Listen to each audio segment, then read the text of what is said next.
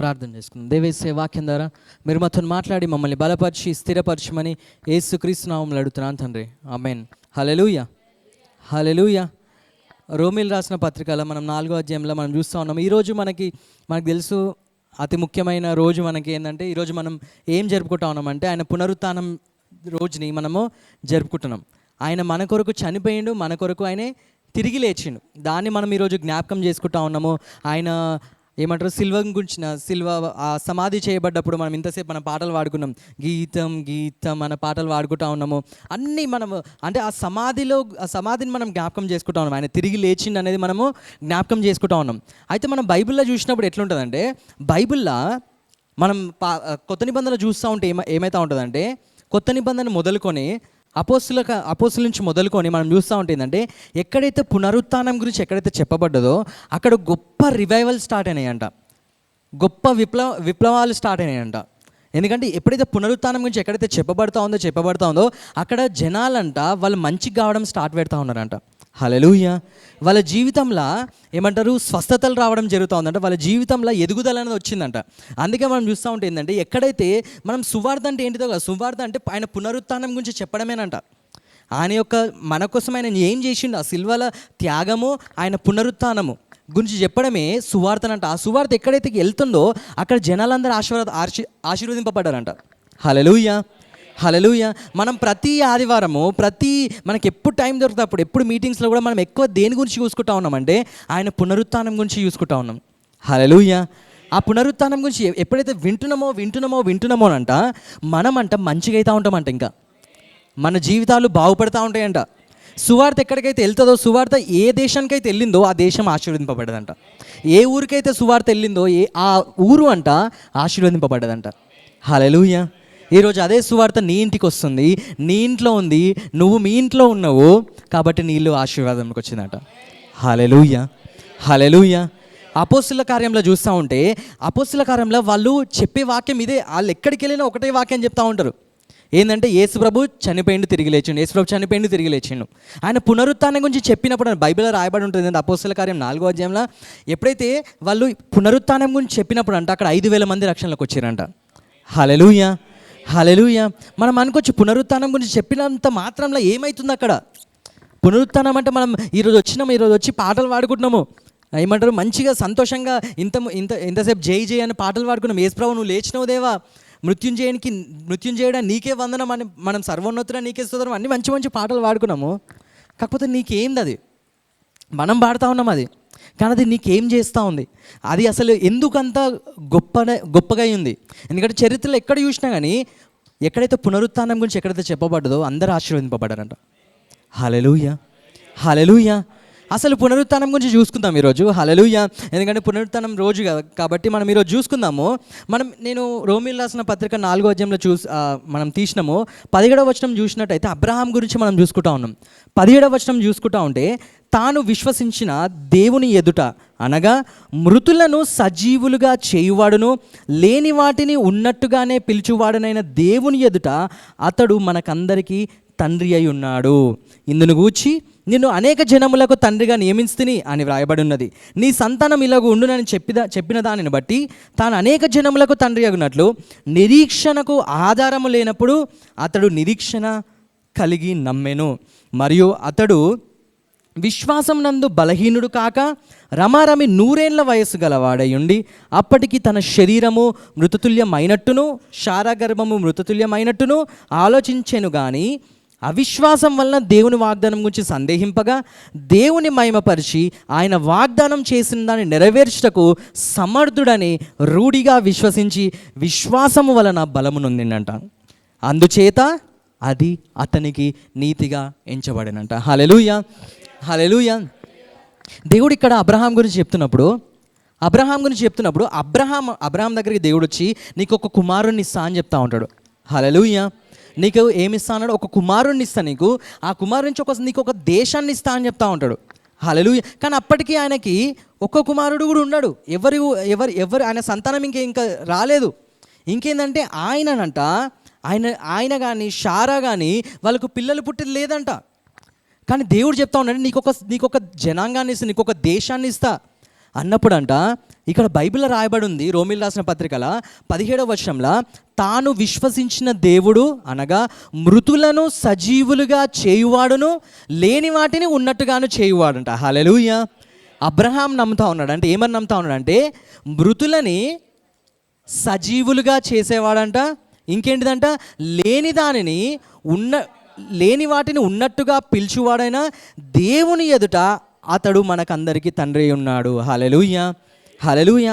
అబ్రహాము ఎప్పుడైతే బైబిల్లో వేరే ప్లేసెస్లో చూస్తూ ఉంటాం ఏంటంటే, అబ్రహాము దేవుణ్ణి నమ్మెను, అది అతనికి నీతిగా ఎంచబడను అని మనం చూస్తూ ఉంటాం. హల్లెలూయా. కానీ అబ్రహాం ఏం నమ్మిండంట తెలుసా? బైబిల్ ఇక్కడ రాయబడి ఉంది. ఆయన ఏమని నమ్మిండని తెలుసా? దేవుడు మృతులని కూడా సజీవులుగా చేస్తాడు, లేని వాటిని ఉన్నదానిగా చేస్తాడు అని నమ్మిండంట. హల్లెలూయా. దేవుడు ఎప్పుడైతే అది నమ్మడం చూసిండో అది అతనికి నీతిగా ఎంచబడేటట్టు చేసిండంట. హల్లెలూయా, హల్లెలూయా. అబ్రహాం ఏం నమ్మిండంట? మృతులను కూడా దేవుడు తిరిగి లేపుతాడు. జనరల్గా మనం చూసుకుంటే ఎవరైనా చనిపోయారు అనుకో, మనం వాళ్ళ దగ్గరికి వెళ్ళి ఏం చేస్తాము? ఓదారుస్తాం. ఒకవేళ అదే మనోళ్ళు అయితే ఏడుస్తాం కదా. వాళ్ళ దగ్గరికి వెళ్ళి ఏం చేస్తూ ఉంటాము? అయిందేదో అయిపోయింది, ఇప్పటి నుంచి మీరు ధైర్యంగా ఉండాలా కదా. ఇవే మాటలు వస్తూ ఉంటాయి కదా. ఏం భయపడకండి, దేవుడు మనకు తోడుగా ఉన్నాడు, దేవుడు మనల్ని ఆదరించే దేవుడు, ఇట్లాంటివి వస్తూ ఉంటాయి. ఆదరణకర్త, ఇప్పటి నుంచి తండ్రి తల్లి మీరే అని చెప్తా ఉంటాం కదా జనరల్గా. కానీ అబ్రహాము జీవితం చూసి అబ్రహాం ఏం నమ్ముతున్నాడు తెలుసా? ఈయనే చనిపోయిన వాళ్ళని కూడా తిరిగి లేపుతాడు, మృతులను కూడా సజీవులుగా చేయగల సమర్థుడు నా దేవుడు అని నమ్మిండట. హల్లెలూయా, హల్లెలూయా. మనం ఎవరన్నా కడుపు నొప్పి వచ్చి మన దగ్గరికి ఎవరైనా వచ్చిరనుకో, మనం ప్రార్థన చేస్తున్నప్పుడు మనకి ఏమనిపిస్తుంది అంటే, ఈ ప్రార్థన చేస్తున్న మన కడుపు నొప్పి పోతుందా లేదా అనిపిస్తుంది. ఒకవేళ పోకపోతే మళ్ళీ మన దగ్గరికి వస్తాడు, బ్రదర్ మీరు ప్రార్థన చేసిరు కానీ నాకు కడుపు నొప్పి పోలే, సిస్టర్ మీరు ప్రార్థన చేసిరు నాకు కడుపు నొప్పి పోలే. మనం ఏం చేస్తూ ఉంటామంటే, ఇది చేస్తా అయితే లేకపోతే లేదు. కానీ అబ్రహాం విశ్వాసం ఏముందని తెలుసా? దేవుడు నా దేవుడు ఎంత గొప్పోడంటే, నేను నా దేవుడిని ఎంత నమ్ముతున్నా అంటే, నా దేవుడు చనిపోయినా కానీ తిరిగి లేపుతాడు. హల్లెలూయా. మృతులని సజీవులుగా చేయగల సమర్థుడు నా దేవుడు అని నమ్మేసిందంట. హల్లెలూయా. ఆ విశ్వాసము దేవునికి నచ్చిందంట. ఆ విశ్వాసం నచ్చి అతన్ని నువ్వు నీతిమంతునివి అబ్రహాం అన్నాడంట. హల్లెలూయా, హల్లెలూయా. తర్వాత కూడా చూస్తూ ఉంటే ఆయనే ఇస్సాకు పుడతాడు. ఇస్సాకు పుట్టినాక మొరియా కొండకు తీసుకొని వెళ్ళమని చెప్తా ఉంటాడు, నాకు అర్పించు అని చెప్తాడు. అక్కడికి వెళ్ళినాక మొత్తం రెడీ చేసుకుంటాడు అబ్రహాము, మొత్తం ప్లాన్ చేసుకుంటాడు బలి ఇవ్వడానికి. అక్కడికి వెళ్ళినాక ఆ కుమారుడు అడుగుతూ ఉంటాడు, నాన్న అన్నీ తీసుకొచ్చినా కానీ బలి పశువు ఏది అంటే అప్పుడు చెప్తాడు దేవుడే చూసుకుంటాడు మళ్ళీ. హల్లెలూయా. అబ్రహాము విశ్వాసం ఎట్లా అంటే, ఏదున్నా మనుషుల బట్టి అయితలేదు, ఏదున్నా ఆయన బట్టి అయితలేదు. ఆయన ఇస్సాకు పుట్టక ముందుకు దేవుని మీద ఆధారపడ్డాడు. ఇస్సాకు పుట్టిండు, ఇస్సాకుని అర్పించని చెప్పినప్పుడు అప్పుడు కూడా నా దేవుడు చూసుకుంటాడు. హల్లెలూయా. ఆయన విశ్వాసము ముందు ఎట్లయితుందో తర్వాత కూడా అట్లనే విశ్వాసం ఉంది. దేవుడు అందుకే చెప్తాడు ఏం తెలుసా? ఆయన విశ్వాసం మూలంగా నీతిమంతులుగా తీర్చబడ్డాడు, క్రియల మూలంగా నీతిమంతులు తీర్చబడ్డాడంట. హల్లెలూయా, హల్లెలూయా, హల్లెలూయా. ఆయన నమ్ముతున్నాడు ఏంటంటే, ఇప్పుడు నా కొడుకుని ఇచ్చేస్తున్నా, నా దేవుడు నా కొడుకుని మళ్ళీ లేపుతాడు, నా దేవుడే చూసుకుంటాడు. హల్లెలూయా. ఆయన ఎప్పుడైతే లేపగానే అబ్రహామా ఆగు. హల్లెలూయా, హల్లెలూయా. అక్కడ చూస్తూ ఉంటే అబ్రహాం జీవితం చూస్తూ ఉంటే ఆయన నమ్ముతున్న విషయం ఏంటి తెలుసా? ఆయన మృతులను కూడా సజీవులుగా చేయగల సమర్థుడు. హల్లెలూయా. ఇప్పుడు మనము విశ్వాసులమంట. మనం ఎవరమంట? విశ్వాసులం. అదే కింద చెప్తా ఉంటాడు, 23వ వచనం చూద్దాం. 4వ అధ్యాయంలో, రోమీలు రాసిన పత్రిక 4వ అధ్యాయం 23వ వచనంలో, అది అతనికి ఎంచబడనని అతని నిమిత్తం మాత్రమే కాదు కానీ మన ప్రభువు అయిన యేసును మృతులలో నుండి లేపిన వాని యందు విశ్వాసం ఉంచిన మనకును ఎంచబడునని మన నిమిత్తము కూడా వ్రాయబడనట. హల్లెలూయా, హల్లెలూయా. అబ్రహాము ఏమని నమ్మినంట? ఆయనే చనిపోయే వాళ్ళని కూడా తిరిగి లేపుతాడు, మృతులను కూడా తిరిగి లేపుతాడని అబ్రహాం నమ్మినప్పుడు అబ్రహాంకి దేవుడు నీతిమంతునిగా ఇచ్చిందంట. ఇప్పుడు మనం ఏం చేస్తూ ఉన్నామంట? అబ్రహాము కుమారుల వల్ల మనం ఏం చేస్తూ ఉన్నామంట తెలుసా?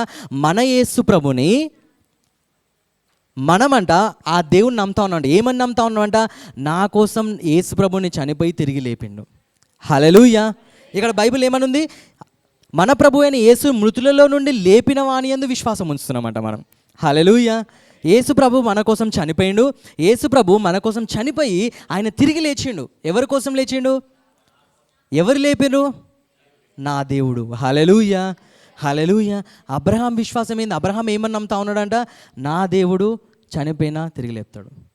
మనం నమ్ముతున్నాం యేసు ప్రభు నా కోసం చనిపోయిండు, తిరిగి లేచిండు. హల్లెలూయా. ఇప్పుడు అంటే అది నీతి మనకు కూడా ఎంచబడుతూ ఉన్నదంట. హల్లెలూయా. మనం నమ్ముతున్న విశ్వాసం ఏంది? బైబిల్ అందుకే రోమిల్ రాసిన పత్రిక 10వ అధ్యాయంలో ఏమని చెప్తా ఉంటాడంటే, మనం ఫాస్ట్గా వెళ్దాం ఈరోజు. రోమిల్ రాసిన పత్రిక 10వ అధ్యాయంలో 9వ వచనం చూసుకుంటా ఉంటే, యేసు ప్రభు అని నీ నోటితో ఒప్పుకొని దేవుడు మృతులలో నుండి ఆయన లేపనని నీ హృదయమందు విశ్వసించిన ఎడల నీవు రక్షింపబడదు అంట. హల్లెలూయా. యేసే ప్రభు అని నీ హృదయమందు విశ్వసించి యేసు ప్రభుని ఆ తండ్రి అయిన దేవుడు మృతుల్లోకి వెళ్ళి లేపిండు అని నువ్వు నమ్మితే నీకు రక్షణ వస్తుందంట. హల్లెలూయా. అబ్రహాం నమ్మింది మనం నమ్ముతున్నది సేమ్. హల్లెలూయా. ఆయన దేవుడిని నమ్ముతా ఉన్నాడు. ఏమన్నా ఆయన ఎట్లాంటి దేవుడు అని నమ్ముతా ఉన్నాడు? చనిపోయిన వాళ్ళని తిరిగి లేపగలి సమర్థుడని. హల్లెలూయా. మనం చెప్తున్నాం ఏంటంటే, యేసు ప్రభు నా కొరకు వచ్చిండు, నా పాపాలను ఆయన మోసుకున్నాడు, నా పాపాలను ఆయన మోసుకొని నాకు సబ్స్టిట్యూట్గా అంటే నా కొరకు ఆయన సమాధి చేయబడ్డాడు. ఇప్పుడు ఆయనను తిరిగి లేపిండు అంటే నన్ను తిరిగి లేపిండు. హల్లెలూయా, హల్లెలూయా. నా దేవుడు యేసుక్రీస్తుని మృతుల్లోకి వెళ్ళి లేపినని ఎవరైతే నమ్ముతారో వాళ్ళకి రక్షణ వస్తుందంట. అంతే. ఈ విశ్వాసం చాలంట నీకు రక్షణ రావడానికి. నువ్వేం చేయని అవసరం లేదు, నువ్వేం క్రియలు చేయని అవసరం లేదు. హల్లెలూయా. నువ్వు దేవుడు నీ దగ్గరికి వచ్చి నువ్వు అది చేయి నీకు రక్షణ ఇస్తాను, నువ్వు ఇది చేయి రక్షణ ఇస్తా అని చెప్తలేడు. యేసు ప్రభు మృతుల్లోకి వెళ్ళి లేచిన నువ్వు నమ్ముతున్నావా? ఆ తండ్రి అనే దేవుడు లేపిండని నమ్ముతున్నావా? నీకు రక్షణ వచ్చినట్టనంట. హల్లెలూయా. ఆ విశ్వాసం చాలంట దేవునికి. హల్లెలూయా. నువ్వు కొండల దగ్గరికి వెళ్ళి కొండ నువ్వు జరుగు, కొండ నేను పో పో నువ్వు పో పో అని అవసరం లేదంట. ఏం కావాలంటే నీ దగ్గర విశ్వాసము? దేవుడు ఆవగింజత విశ్వాసం. నా దేవుడు క్రీస్తు మృతుల్లోకి వెళ్ళి లేపిండు, ఆయనే సమాధిలో లేడు, తిరిగి లేచి తండ్రి కుడి పార్శ్వన ఉన్నాడు అని నువ్వు నమ్ముతున్నట్టయితే నీకు రక్షణ. హల్లెలూయా. మనందరికీ రక్షణ వచ్చిందంట. ఎట్లొచ్చిందంట? మనకున్న విశ్వాసం అదే. మనకున్న విశ్వాసం ఏంది?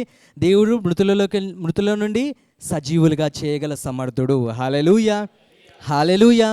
దేవుడు అదే చెప్తా ఉన్నాడు ఇక్కడ. అదే 10వ అధ్యాయంలోనే, రోమిల్ రాసిన 10వ అధ్యాయంలోనే, ఏలయనగా నీతి కలుగునట్లు మనుష్యుడు హృదయంతో విశ్వసించును, రక్షణ కలుగునట్లు నోటితో ఒప్పుకొనుడంట. ఏమనగా ఆయన యందు విశ్వాసం ఉంచి వాడెవడును సిగ్గుపడరని లేఖనం చెప్పుచున్నదంట. హల్లెలూయా. మనందరం యేసు ప్రభుని నమ్ముతా ఉన్నాం, యేసు ప్రభులో విశ్వాసం కలిగి ఉన్నాం కాబట్టి మనం ఏ రోజు కూడా సిగ్గుపడమంట. హల్లెలూయా. ఆయన సిగ్గుపడనియడంట. ఎందుకు తెలుసా? మనం నమ్ముతుంది మన దేవుణ్ణి అంట. హల్లెలూయా. మృతులలోకి లేపే గల సమర్థుడున్న దేవుణ్ణి మనం ఆరాధిస్తున్నాం. హల్లెలూయా. అర్థమవుతుందా? మనం మనం మనం చూసుకుంటే లోకంలో ఎంతోమంది వాళ్ళు చాలామందిని పూజిస్తూ ఉంటారు. వాళ్ళందరూ కూడా ఒకానొక రోజు చనిపోతారు. వాళ్ళ స్టోరీస్లో చూసుకుంటే ఒకానొక టైమ్స్లో వాళ్ళ జీవితంలో ఒక మరణం అనేది మనం చూస్తూ ఉంటాం. కానీ ఏ దేవుడు కూడా మరణాన్ని మింగివేసి తిరిగి లేవలే. హల్లెలూయా, హల్లెలూయా. అది ఒక మానవుని కొరకు చనిపోవడం అనేది జరగలే. హల్లెలూయా. కానీ మన దేవుడు, మన యేసు ప్రభు గొప్పవాడు. హల్లెలూయా. నీ కొరకు నా కొరకు చనిపోయి ఆ కల్వరి శిలువలో వేలాడి ఎన్నో గాయాలు అనుభవించి ఎంతో వేదన అనుభవించి సమాధిలోకి వెళ్ళి సమాధిలోనే ఉండలే అంట, ఆయన తిరిగి లేచిందంట. హల్లెలూయా. సమాధిలోకి వెళ్ళి ఉండి అక్కడనే ఉండిపోయే దేవుడు కాదంట. సమాధిలో ఉన్నవాళ్ళు దాని అర్థం ఏంటి తెలుసా? మరణం వాళ్ళని పట్టుకొని ఉందని అర్థం. ఇప్పుడు సమాధిలో చాలామంది ఉంటారు. మనం చూస్తూ ఉంటే ఎన్నో సమాధులు కనిపిస్తూ ఉంటాయి. సమాధిని తోతే బొక్కలు ఉంటాయి. కొంతమందికి బొక్కలు ఎటో అయిపోతూ ఉంటాయి చాలా సంవత్సరాలు అయితే. కానీ వాళ్ళ బొక్కలు అక్కడనే ఉంటాయి. దాని అర్థం ఏంది? మరణం అనేది వాడిని పట్టుకొని ఉంది అని అర్థం. హల్లెలూయా. మరణం అనేది వదలలేదని అర్థం. మన యేసు ప్రభుని చూస్తూ ఉంటే యేసు ప్రభు సమాధిలోకి వెళ్ళిందంట, కానీ మరణం పట్టుకోలేకపోయిందంట యేసు ప్రభుని. హల్లెలూయా. ఆయనే సమాధిలోంచి తిరిగి లేచిన గొప్ప దేవుడు అంట. హల్లెలూయా, హల్లెలూయా. అందుకే హెబ్రీయులు రాసిన పత్రికలో మనం చూద్దాం, ఇది చెప్పి మనం ముగించుకుందాం. హెబ్రీయులు రాసిన పత్రికలో మనం చూస్తూ ఉంటే 12వ అధ్యాయము 1-3 వచనాలు. ఇంత గొప్ప సాక్షి సమూహము మేఘము వలె మనలను ఆవరించి ఉన్నందున మనము కూడా ప్రతి భారమును సులువుగా చిక్కులు పెట్టు పాపమును విడిచిపెట్టి విశ్వాసమునకు కర్తయు దానిని కొనసాగించువాడైన యేసు వైపు చూచుచు మన ఎదుట ఉంచబడిన పందెములో ఓపికతో పరిగెత్తుదుము.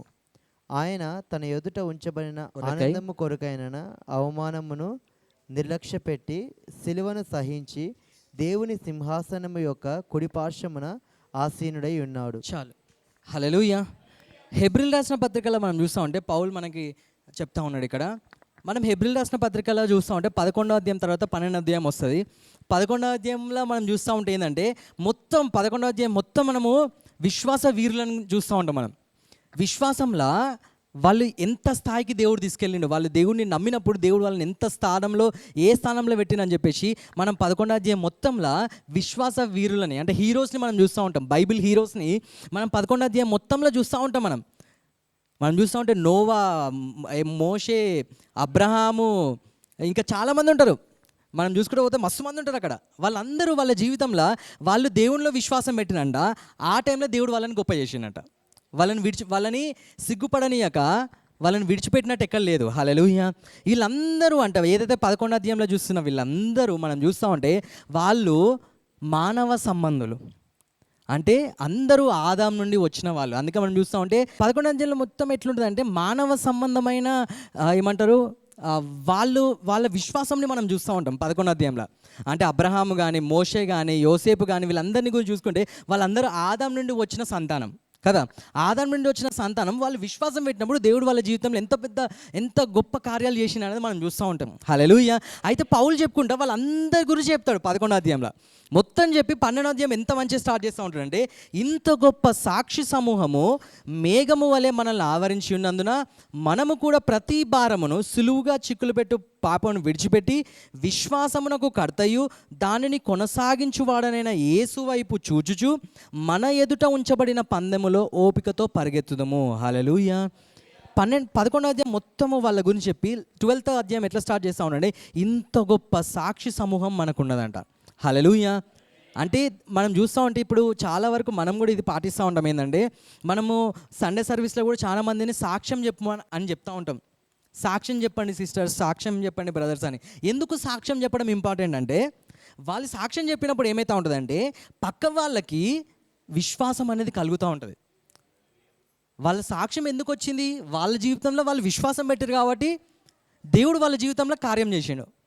వీళ్ళకేమనిపిస్తుంది, అరే వాళ్ళ జీవితంలో ఒక సాక్ష్యం ఉందంటే వాళ్ళ జీవితంలో ఈ రకంగా విశ్వాసం పెట్టిండ్రు, నేను కూడా ఏం చేయాలా, నేను కూడా విశ్వాసం పెట్టాలి, నేను కూడా నాకు ఈ అవిశ్వాసం ఉండదు, ఆ సిస్టర్కి అట్లా అయింది, ఆ బ్రదర్కి అట్లా అయింది, నాకెందుకు కాదు అది అని చెప్పేసి మనకు కూడా ఒక విశ్వాసం వస్తుంది కదా. ఇప్పుడు చర్చిలో చాలా సాక్ష్యాలు చెప్తుంటే నేను అబ్జర్వ్ చేస్తున్నా, ఎవరైనా ఒక వీక్ ఎవరైనా ఎక్కువ సాక్ష్యాలు చెప్తున్నారు అనుకో, నెక్స్ట్ వీక్ కూడా సాక్ష్యాలు ఎక్కువైతూ ఉంటాయి. ఎందుకంటే ఈ సాక్ష్యాల వల్ల వేరే వాళ్ళ విశ్వాసం కూడా బలపరచబడుతుంది అంట. హల్లెలూయా. అయితే 11వ అధ్యాయంలో మనం మొత్తం చూస్తూ ఉంటే విశ్వాస వీరుల గురించి మనం చూస్తూ ఉంటాము. వాళ్ళందరంట ఇంత గొప్ప సాక్షి సమూహం మనకున్నదంట, మనల్ని ఆవరించి ఉన్నందున మనము కూడా ప్రతి భారమును సులువుగా చిక్కులు పెట్టు పాపమును విడిచిపెట్టి విశ్వాసమునకు కర్తయు దానిని కొనసాగించువాడైనా యేసు వైపు చూచుచు మన ఎదుట ఉంచబడిన పందెంలో ఓపికతో పరిగెత్తుదామంట. హల్లెలూయా. మనము అంట ఈ టైమ్స్లో ఈ అంత్య దినాములలో దేవుడు మనకు చెప్తా ఉన్నాడు, ఏమని చెప్తా ఉన్నాడు అంటే మనకు ఒక పందెం ఉందంట, మనము పరిగెత్తాలి. ఎప్పటి వరకు పరిగెత్తుతాం తెలిసి, యేసు ప్రభు వచ్చే వరకు మనం పరిగెత్తుతాం. ఆయన వచ్చిందంటే పరిగెత్తనీయడు, ఇంకా తీసుకొని వెళ్ళిపోతాడు. హల్లెలూయా. మనం వెళ్ళిపోతాం ఆ పరలోకంలో, మనం అక్కడ ఎంజాయ్ చేస్తాం.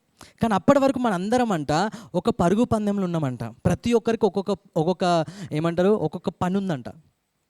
ఇప్పుడు నాకు ఒక పని ఉంది, అన్నయ్యకి ఒక పని ఉంది, జాషువాకి ఒక పని ఉంది, బెంజమిన్కి ఒక పని ఉంది, ఎబ్నెజర్కి ఒక పని ఉంది, అందరికి ఒక్కొక్క పరుగు పందెం ఉంది. ఈ పందెం అనేది ఎట్లా పరిగెత్తించాలంటే, ఈ పందెంలో ఎట్లా వెళ్ళాలంటే మనకున్న ఒకటి ఏమంటారు సొల్యూషన్ ఏంటంటే తెలుసా, మనం యేసు వైపును చూడాలంట. ఎందుకు యేసు వైపును చూడాలంటే తెలుసా, ఆయననంట విశ్వాసానికి కర్తనంట, దాన్ని కొనసాగించే వాడు కూడానంట. హల్లెలూయా. అంటే విశ్వాసం అనేది మనము ఆయన దగ్గర నుంచి మనకు వస్తుందంట, విశ్వాసం ఇచ్చేవాడు ఆయనంట, ఆయన వల్లనే మనకు విశ్వాసం అనేది కలుగుతుందంట. మన ఉన్న విశ్వాసాన్ని దాన్ని కొనసాగించాలన్నా ఆయననే కావాలంట. హల్లెలూయా. హల్లెలూయా. పౌలు చెప్పేటప్పుడు ఆయన గురించి మళ్ళీ చెప్తా ఉంటాడు, యేసుప్రభు గురించి చెప్తారు. యేసుప్రభు గురించి చెప్పినప్పుడు ఏమని చెప్తా ఉంటాడు అంటే, ఆయన మన ఎదుట ఉంచబడిన ఓపికతో పరిగెత్తుము, ఆయన తన ఎదుట ఉంచబడిన ఆనందము కొరకై అవమానమును నిర్లక్ష్యపెట్టి సిలువను సహించి దేవుని సింహాసనం యొక్క కుడిపాశమున ఆసీనుడై ఉన్నాడంట. హల్లెలూయా. యేసుప్రభు గురించి ఏమని చెప్తా ఉన్నాడు? యేసుప్రభు గురించి ఏమని చెప్తా ఉన్నాడు? ఆయనంట తన ఎదుట ఉంచబడిన ఆనందం కొరకై అవమానమును నిర్లక్ష్యపెట్టినంట, సిలువను సహించిందంట. హల్లెలూయా. యేసుప్రభు ఎవరి కోసం వచ్చిండు? నీ కోసం, నా కోసం వచ్చిండు. హల్లెలూయా. ఆయనకి పరలోకములు ఉంది, పరలోకమే ఆయనది. హల్లెలూయా. ఆయన ఏదంటే అది జరుగుతుంది. కానీ ఆయన ఏమంటే ఆ స్థానాన్ని వదిలిపెట్టి భూమి మీదకి వచ్చిందంట. హల్లెలూయా. మన కొరకు వచ్చిందంట. ఆయన బాధలు అనుభవించడానికి వచ్చిందంట, వేదన అనుభవించడానికి వచ్చిందంట. ఆయన ఏం చేసిందంట? ఆయన బాధలు ఇవన్నీ సహించిందంట. హల్లెలూయా. హల్లెలూయా. ఎందుకు ఇవన్నీ చేస్తా ఉన్నాడు తెలుసా? ఆయన చెప్తా ఉన్నాడు, తన ఎదుట ఉంచబడిన ఆనందం కొరకై అవమానం నిర్లక్ష్యపెట్టిందంట. హల్లెలూయా. మనం చూస్తూ ఉంటే యేసుప్రభు చనిపోతాడు, యేసుప్రభు తిరిగి లేస్తాడు. హల్లెలూయా. యేసుప్రభుకు తెలిసిందంటే, నేను ఈ ప్రజలందరి కొరకు నేను చనిపోతున్నా, కానీ నేను నా దేవుని మీద విశ్వాసం పెడుతున్నా. నా దేవుడు నమ్ముతున్నా. నా దేవుడు ఎంత గొప్ప దేవుడు అని నేను చనిపోతే ఇప్పుడు, కానీ నా దేవుడు నన్ను తిరిగి లేపుతాడు. హల్లెలూయా. హల్లెలూయా. ఆయనకు తెలిసిందంటే దీని తర్వాత నాకు సంతోషం ఉంది, దీని తర్వాత నాకు ఆనందం ఉంది. అందుకే ఆయన భరించేటప్పుడు కూడా పొద్దుగాల అన్నయ్య చెప్పిండు, ఒకరెవరు యాక్టింగ్ చేస్తుంటేనే వాళ్ళ కోపం వచ్చిందంట. వాళ్ళు యాక్టింగ్ చేసుకుంటా యేసుప్రభు ఏమంట ప్లే చేసుకుంటా, వానికి ఏమైందంట? కోపం వచ్చి కొడతావారని చెప్పేసి రిటర్న్ అయినంట, ఎగెన్స్ట్ అయినంట. కానీ యేసుప్రభు అవన్నీ సహించిండు, యేసుప్రభు అవన్నీ భరించిండు. ఎందుకు భరించాడంటే ఆయనకు తెలిసిందంటే తర్వాత నాకు ఉండేది ఆనందం. హల్లెలూయా. హల్లెలూయా. నా తండ్రి గురించి నాకు తెలుసు, నా దేవుడి గురించి నాకు తెలుసు. నా దేవుడు ఎట్లాంటి దేవుడు? నేను చనిపోయినా తిరిగి లేపుతాడు. హల్లెలూయా. నా దేవుడు తిరిగి లేపుతాడు. ఆ విశ్వాసం జనరల్గా మనకు ఉండదు, జనరల్గా. హల్లెలూయా. మనము ఇప్పుడు మనకు అందుకే మరణ భయం అనేది చాలా మైండ్లో ఉండిపోద్ది. ఎందుకు మనకు మరణ భయం అనేది ఎక్కువ ఉందంటే, మనం ఒకవేళ చనిపోతే మన పరిస్థితి ఏంది, దాన్నే మరణ భయం అంటాం. చనిపోతే ఏంది, ఎవడో వచ్చి గుద్దుతే ఏంది, నా పరిస్థితి ఏంది, ఇది చాలా మందికి ఉంటుంది. నేను గుద్దడం ఒకటే, దాని గురించి ఒకటే చెప్తలేను, యాక్సిడెంట్స్ గురించి ఒకటే చెప్తలేను, అన్ని రకాలు. ఇప్పుడు ఏదైనా ఫుడ్ తింటున్నప్పుడు, ఈ ఫుడ్ తింటుంటే నా పని ఏంది, కథం అయిపోతుంది నా పని. ఏదైనా ఆయిల్ ఎక్కువ గలీజ్ ఆయిల్ చూసినా మనకి ఏమనిపిస్తుంది? ఇది తింటే నేను చచ్చిపోతే ఇంకా నా పని అయిపోయింది. చాలామందికి ఏంటంటే కరోనా టైంలో కూడా చూస్తూ ఉంటే, వాళ్ళు ఎవరికో కరోనా వస్తే వీడికి చాలామంది వీళ్ళు కూడా పోయారంట. వీనికి ఏం రాలే కరోనా, కానీ అయినా వీడు పోయిండు. ఎందుకు పోయిండు? భయం. హల్లెలూయా. వచ్చి పోయిన వాళ్ళు తక్కువనంట, భయంతో పోయిన వాళ్ళు చాలా ఎక్కువ మంది ఉన్నారంట ఆ టైమ్స్లో. మనం చూస్తుంటే ఎందుకు ఇదంటే భయం, మరణ భయం ఉంది అందరికీ. కానీ యేసుప్రభు అంట, ఆయనే ఏదైతే బాధలు ఉన్నాడో, ఏదైతే వేదనలోకి వెళ్తూ ఉన్నాడో, అవన్నీ అంట ఆయనే యాక్సెప్ట్ చేసినంట. కొడతారా కొట్టండి, ఉమ్మేస్తారా ఉమ్మేయండి, నాకు తెలుసు నా దేవుడు నన్ను తిరిగి లేపుతాడు. హల్లెలూయా. నాకు తెలుసు, మీరు కొడతారా కొట్టండి, మీరు ఎంతైనా కొట్టండి. వాళ్ళు కొట్టి వాళ్ళు అలసిపోయినా యేసుప్రభు చాలరా బాబు చాలా అనలే, మళ్ళీ లేచి కొట్టండి. ఎందుకు ఆయన అంతగానం చేస్తూ ఉన్నాడంటే, ఆయనకు ఒక పని ఉంది. ఆయన ఒక పని కోసం వచ్చిండు. ఏం పని అది? నీ కొరకు భరించాలి. ఆయన కొరకు భరించడానికి ఏం లేదాడ. ఆయన కొరకు భరించడానికి ఆయన ఏం తప్పులు చేయలే. ఆయన కొరకు ఆయన అనుభవించడానికి ఆయన ఏం పాపాలు చేయలే. చేసిండా? యేసుప్రభు ఏమన్నా చేసిండా?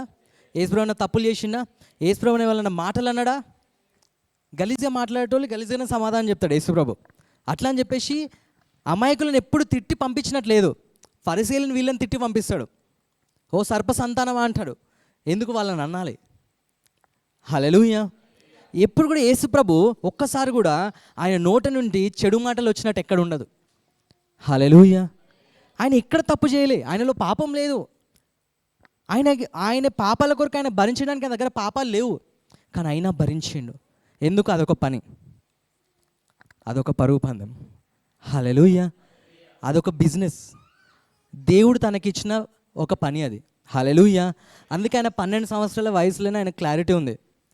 నా తండ్రి బిజినెస్ చేస్తున్నా అంటాడు. తండ్రి బిజినెస్ అంటే యోసేపు పని కాదు అది. యోసేపు పని ఏంటిది? చెక్కలు కొట్టడం, కార్పెంటర్ వర్క్స్. ఆయన మందిరంలో కార్పెంటర్ వర్క్స్ చేస్తలేడు.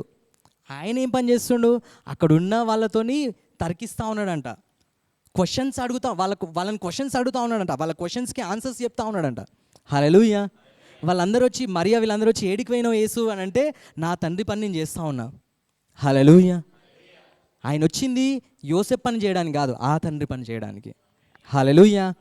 ఆ తండ్రి పని ఏం తెలుసా, నిన్ను రక్షించడమే, నీ కోసం భరించడమే, నీ కోసం దెబ్బలు తినడమే, నీ కోసము ఆ సిలువలో వేలాడమే అంట. హల్లెలూయా. ఆ పని చేసిండు, ఎందుకంటే ఆ పని ఎవ్వరు చేయలేరు. సిలువకు మించిన అతి క్రూరమైనది మరణం ఇంకోటి లేదంట. అంత క్రూరమైన మరణాన్ని ఆయన ఎంచుకున్నాడు, అంత బాధని ఆయన ఎంచుకుంటా ఉన్నాడంట, అంత ఏమంటారు వేదనని ఆయన ఎంచుకున్నాడు. ఎందుకోసం ఎంచుకున్నాడు? నీ కొరకు ఎంచుకున్నాడు. హల్లెలూయా. ఎందుకంటే ఆయన ఇక్కడ బైబిల్లో రాయబడి ఉంది ఏంటంటే, ఆయనే తన తర్వాత ఆయనకు వచ్చే ఆనందం ఆయనకు చూస్తూ ఉన్నాడంట. హల్లెలూయా. నా తండ్రి నన్ను విడిచిపెట్టే దేవుడు కాదు, నా తండ్రి నన్ను విడిపించే దేవుడు కాదంట. హల్లెలూయా. హల్లెలూయా. అందుకే ఇక్కడ చెప్తా ఉన్నాడు హెబ్రీయులకు రాసిన పత్రికల, ఆనందం కొరకై అవమానం నిర్లక్ష్య పెట్టి సిలువను సహించి దేవుని సింహాసనం యొక్క కుడిపాశంన ఆశ్రయుడై ఉన్నాడంట. హల్లెలూయా. మన యేసుప్రభు మన కొరకు చనిపోయి ఆయన తిరిగి లేచిండంట. తిరిగి లేచి ఏం చేస్తూ ఉన్నాడంట? తండ్రి కుడిపాశంన కూర్చొని ఉన్నాడంట. హల్లెలూయా. హల్లెలూయా. ఆయనకు తెలిసిందంటే, ఆయన చనిపోతున్నప్పుడు నా తండ్రి మృతులలో నేను ఉండను, సమాధిలో నేను ఉండను, నా తండ్రి నన్ను ఇట్లా లేపుతాడు. హల్లెలూయా. హల్లెలూయా. మనం అబ్రహాం దగ్గర రోమిల్ రాసిన పత్రికలో చూస్తూ ఉన్నాం ఏంటంటే, అబ్రహాము నీతిమంతునిగా చేయబడ్డాడు. ఎట్లనంట? మృతులని సజీవులుగా చేయగల సమర్థుడు నా దేవుడు. హల్లెలూయా. మనము యేసుక్రీస్తు మృతుల నుంచి తిరిగి లేపబడ్డాడు అని నమ్మితే నువ్వు నీతిమంతునిగా చేయబడతావంట. హల్లెలూయా. ఇక్కడ చెప్తా ఉన్నాడు, హెబ్రీయులకు రాసిన పత్రికలు చెప్తా ఉన్నాడు, ఇంత గొప్ప సాక్షి సమూహం ఉంది, భూలోక సంబంధమైన వ్యక్తులు మనల్ని ఎంతోమంది చూస్తూ ఉన్నారు, కానీ ఒక గొప్ప వ్యక్తి ఉన్నాడంట. ఆయన ఏం చేస్తూ ఉన్నాడు తెలుసా? వీళ్ళందరూ వాళ్ళ జీవిత కాలంలో, అంటే వాళ్ళ జీవితంలో అవసరమయ్యే విషయాల గురించి దేవుని నమ్ముతూ ఉన్నాడు, అంటే భూలోక సంబంధమైన విషయాల మీద నమ్ముతూ ఉన్నారు. కానీ యేసుప్రభు ఒక్కడే తన మరణం మీద తండ్రి యందు విశ్వాసం ఉంచిందట. హల్లెలూయా. వీళ్ళందరి జీవితంలో ఏదో ఒకటి దేవుడు కార్యం చేసిండట. కానీ యేసుప్రభు గురించి చెప్పేటప్పుడు విశ్వాసానికి కర్త ఈయననే, కొనసాగించేవాడనే యేసు ఈయనేం చేస్తున్నాడు అంటే, ఈయనంట తన ఎదుట ఉంచబడిన ఆనందం కొరకు సిల్వను కూడా సహించి మరణించి ఆ తండ్రి కుడిపాశంలో కూర్చున్నాడంట. ఈయన వైపు చూడాలంట మనం. హల్లెలూయా. మన బైబిల్లో అబ్రహాములు కనిపిస్తూ ఉంటారు, మోషే కనిపిస్తూ ఉంటాడు, యోసేపు కనిపిస్తూ ఉంటాడు, దావీదు కనిపిస్తూ ఉంటాడు. వీళ్ళని కాదంట బైబిల్ చెప్తాను, యేసును వైపు చూడాలంట.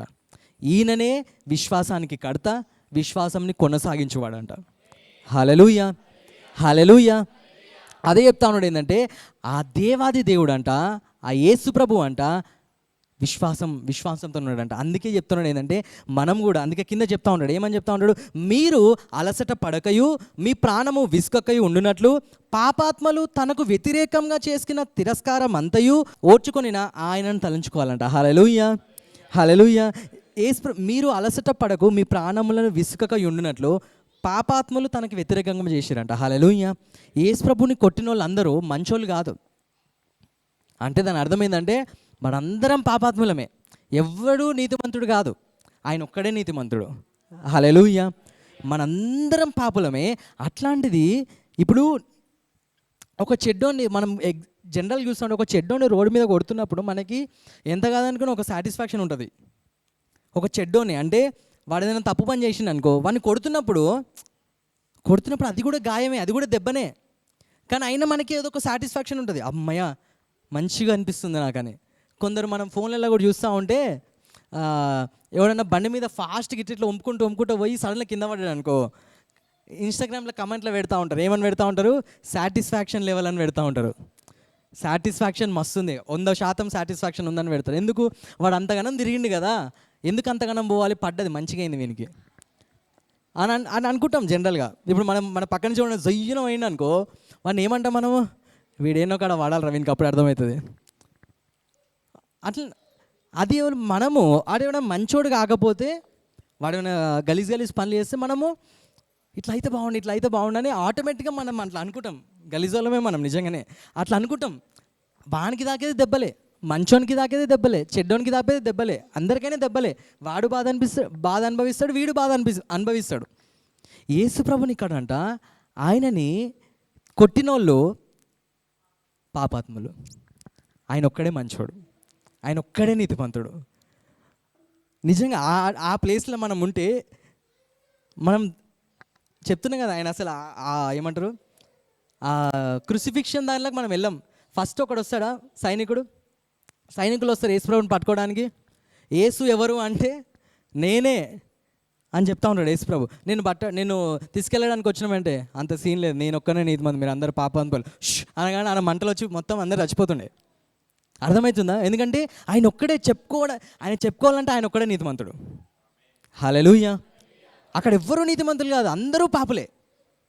అట్లాంటిది పాపులు అంట ఆయనని హేళన చేస్తున్నప్పుడు, కొడుతున్నప్పుడు ఆయనంటే ఒక్కసారి కూడా వ్యతిరేకించలేదంట. హల్లెలూయా. ఒక్కసారి కూడా అరే మీరు వేస్ట్ కాలే, నేను మంచోన్ని అని ఒక్కసారి కూడా అనలేదంట. అదే బైబిల్ చెప్తా ఉన్నాడు, ఎంత మంచి చెప్తున్నాడు చూడండి. పాపాత్ములు తనకు వ్యతిరేకముగా చేసిన తిరస్కారం అంతయు ఓర్చుకొనిన ఆయనను తలంచుకోవాలంట. హల్లెలూయా. ఓర్చుకొనిన ఆయన అంటే యేసు ప్రభువును మనము తలంచుకోవాలంట. హల్లెలూయా. ఎందుకంటే మనం కూడా ఏంటంటే ఈ టైమ్స్లో మనకి ఇంకా ఈ శరీరం ఉంది, ఈ పాపపు శరీరం ఉంది. మనము యేసు ప్రభు మన కోసం అతి త్వరలో రానై ఉన్నాడు దేవుడు. హల్లెలూయా. ఆయన కొరకు మనం వెయిట్ చేస్తూ ఉన్నాము. ఆయన వచ్చే వరకు కూడానంట మనకు ఈ టైమ్స్లోనంట మనకి ఇది కూడా ఒక పరుగు పందెం. అదే చెప్తున్నాడు పౌలు, మనం కూడా ఇది పరుగు పందెం అంట. ఈ విశ్వాసంలో వెళ్ళాలంటే చాలామంది మనల్ని ఏదో ఒక విధంగా ఆగం చేద్దామని వస్తూ ఉంటారంట. హల్లెలూయా. మనం కూడా మన యేసు ప్రభుని ఒక్కసారి తలంచుకోవాలంట. ఏమని తలుచుకుంటారు? ఆయన చనిపోయి తిరిగి లేచిండు, ఇంకేంది ఆయన సహించిన ఏదైతే బాధలు ఏదైతే ఉంటాయో ఆయన ఏ రకంగా ఏమంటారు భరించిందంట అవన్నీ. బైబిల్లో చూస్తూ ఉంటే ఆయనే పాపాత్ములు అంటే ఆపోజిట్ పర్సన్స్ని కూడా అంటే యోగ్యతలే అంటే చెప్పాలంటే వాళ్ళు అసలు యేసుప్రభువు అనే అధికారం లేదు వాళ్ళకి. అయినా వాళ్ళు అంటున్నప్పుడు, వాళ్ళు కొడుతున్నప్పుడు ఆయన ఒక్క మాట కూడా మాట్లాడలేదంట. హల్లెలూయా. హల్లెలూయా. మనం కూడా అంట ఒప్పుకుండాలంట ఫస్ట్ ఆఫ్ ఆల్. హల్లెలూయా. మీరు అలసట పడకయు మీ ప్రాణములకు విసుకకయు ఉండినట్లు పాపాత్ములు తనకు వ్యతిరేకంగా చేసిన తిరస్కారం అంతయు ఓర్చుకొనిన ఆయనను తలంచుకొనుడి. మీరు పాపముతో పోరాడుటలో రక్తము కారునంతగా ఇంకా దానిని ఎదిరింపలేరంట. హల్లెలూయా. హల్లెలూయా. యేసు ప్రభు గురించి చెప్తున్నప్పుడు మీరు పాపముతో పోరాడుటలో రక్తం కారునంతగా ఇంకా దానిని ఎదిరింపలేరు అంట. హల్లెలూయా. యేసు ప్రభు ఆయన వచ్చిన పని, ఆయన వచ్చిన బిజినెస్ గ్రేటర్ బిజినెస్. మనం అంత పని చేస్తలేం. ఆయన వచ్చింది ఏంటంటే మన కొరకు ఆయన రక్తం గార్చాలంట. హల్లెలూయా. హల్లెలూయా. మనము ఈ టైమ్స్లో ఈ ఏమంటారు ఈ ఎండ్ టైమ్స్లో దేవుడు మనకి చెప్తా ఉన్నాడు. ఏమని చెప్తా ఉన్నాడు అంటే ఈ టైమ్స్లో మన యేసు ప్రభుని చూడాలి అంట. హల్లెలూయా. మనం ఆయన వైపే చూడాలంట. మన జీవితంలో ఉన్న ఆయన వైపు మనం చూసుకుంటూ వెళ్తున్నప్పుడు అంట మన పరుగు పందెంలో మనం నిలకడగా ఉంటామంట. హల్లెలూయా. ఎందుకంటే మనకు గొప్ప సాక్షి సమూహం ఉందంట. అబ్రహాము ఏమంటారు ఆయన విశ్వాసం ద్వారా ఆయన నీతిమంతులుగా తీర్చబడ్డాడంట. హల్లెలూయా. హల్లెలూయా. దేవుడు ఈరోజు మనందరికీ చెప్తాను ఏంటంటే ఈరోజు పునరుత్థానం కదా. పునరుత్థానం అంటే ఏంటంటే ఆయనే చనిపోయినా తిరిగి లేపే దేవుడు. హల్లెలూయా. యేసు ప్రభు చనిపోయిండు, తిరిగి లేపబడ్డాడు. హల్లెలూయా. ఆయన తండ్రి కుడిపార్శ్వమున కూర్చున్నాడంట. హల్లెలూయా. హల్లెలూయా. మనం కూడా బైబిల్ ఉంటుంది, రోమీయులకు రాసిన పత్రిక 6వ అధ్యాయంలో మనం కూడా క్రీస్తుతో చనిపోయినామంట, క్రీస్తుతో లేపబడ్డామంట. హల్లెలూయా. ఇప్పుడు యేసు ప్రభు అవన్నీ సహించిండా, యేసు ప్రభు అవన్నీ భరించిండా, తండ్రికి నచ్చిందంట పని. నచ్చినప్పుడు ఏం చేసిందంట అన్ని నామముల పైన యేసుక్రీస్తు నామంని ఉంచిందంట.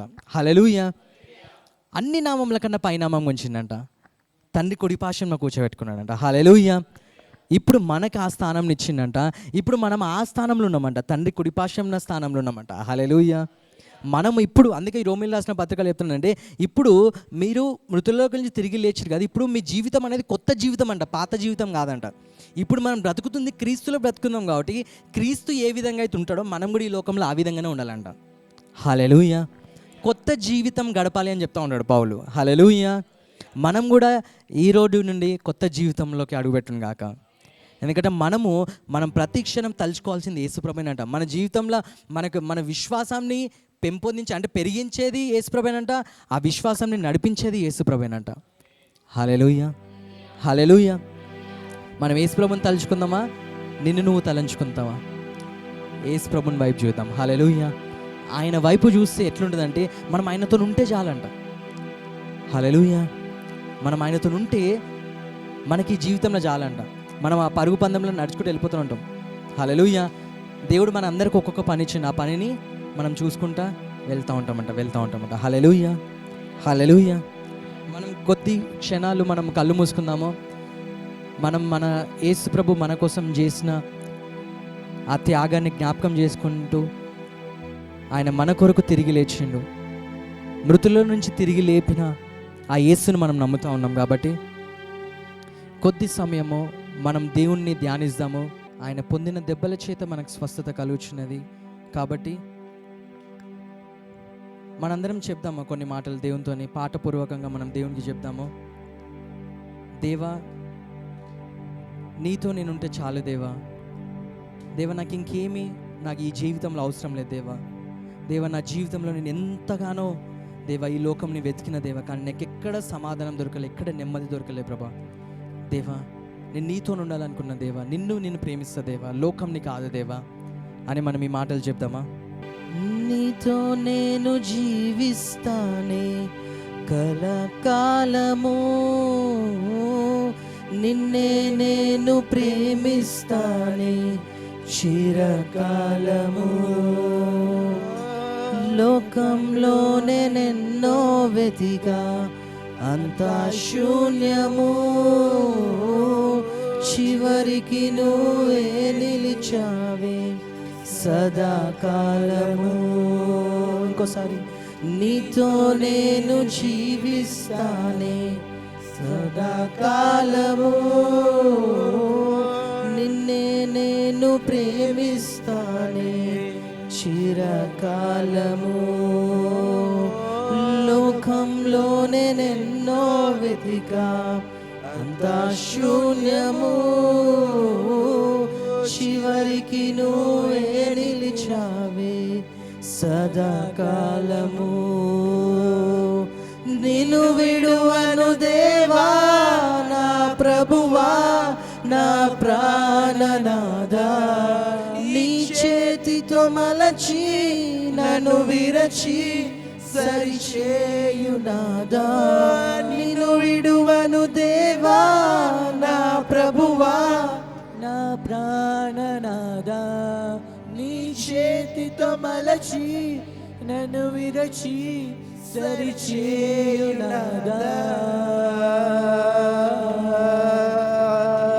నువ్వే నా ప్రాణాధారము,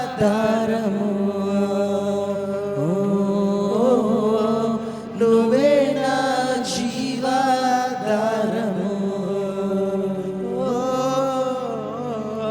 నువ్వే నా ప్రాణాధారము, నువ్వే నా జీవాధారము.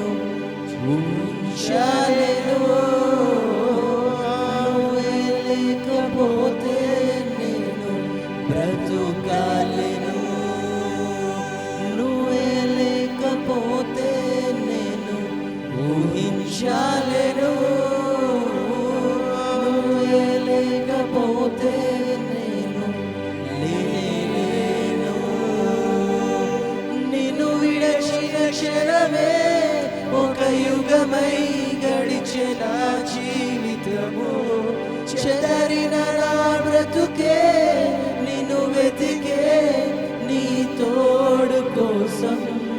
నిన్ను విడచిన క్షణమే ఒక యుగమై గడిచిన జీవితము, చెదరిన నా బ్రతుకే నిన్ను వెతికే నీ తోడు కోసం.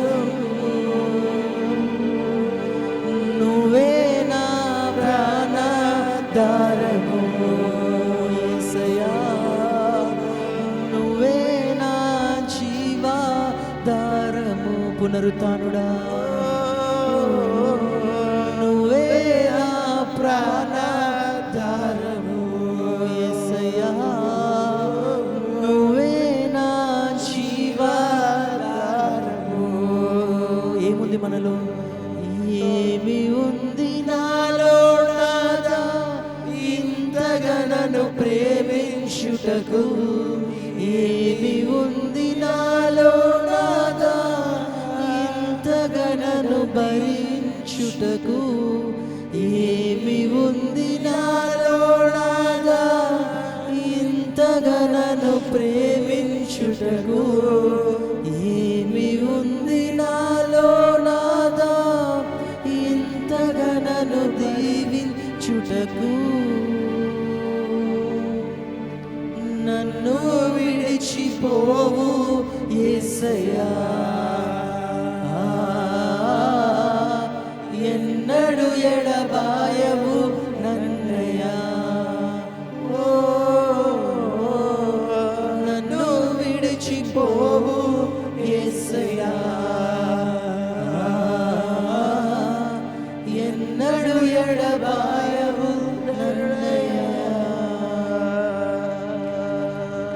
నీతో నుండే జీవితం వేదనైన రంగుల పయనం, నీతో నుండే జీవితం బాటేదైన పూల కుసుమం, నీతో నుండే జీవితం వేదనైన రంగుల పయనం, నీతో నుండే జీవితం బాటేదైన పూల కుసుమం. నువ్వే నా ప్రాణాధారము, నువ్వే నా జీవాధారము యేసయ్యా, నువ్వే నా ప్రాణాధారము, నువ్వే నా జీవాధారము.